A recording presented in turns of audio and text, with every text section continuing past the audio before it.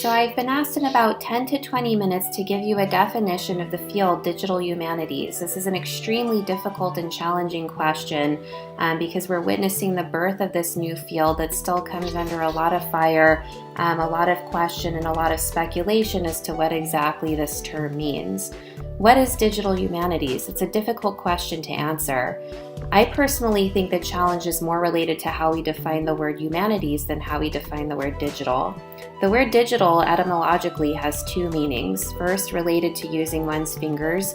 Second, relating to using numbers. And then, of course, lately, what we now identify as relating to computing. Humanities, on the other hand, etymologically is much harder to define, and its meaning and practice has evolved across history and place. There are four main areas of the humanities we can explore. Culture, for example, in my house, the history, the economics, the values and practices of different food groups, food cultures around the world. Cultivating one's mind, being able to examine the world through books, literature, music, etc., and be able to grow one's own ideas and one's own responses to the world. Speculative thought, having questions that may not have definitive answers and that may never have absolute answers. And finally, the traditional liberal arts, theater, music, history, literature. We also need to think about the history of the humanities and how that concept has changed over time in the Western world. Especially, we started with ancient Greece, where the practice involved more general education and inquiry, moved into Roman times where people had more of a liberal arts education, learning music, dance, etc. Medieval times, seeing the humanities as more of a skill base for people to interact with each other.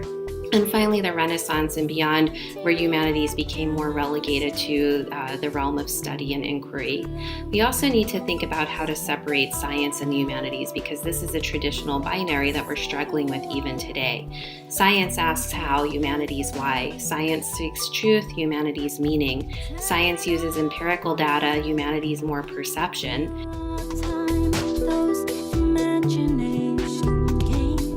We're entering an exciting time in culture now where humanities and the sciences are no longer separated or opposites, but rather where they're working together in perfect harmony, even being married together in some circumstances to create beautiful projects, so that we can really start to come up with a definition of digital humanities that combines both the sciences and the humanities itself.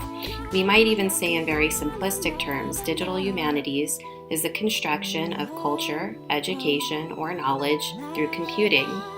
And knowing this definition, we can then identify four general areas of digital humanities. New media, which incorporates social interaction, instructional design, including learning management systems and content.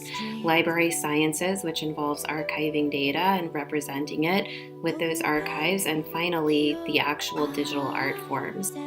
We're going to look now at some exemplary projects of the digital humanities and also what it means to be post-digital.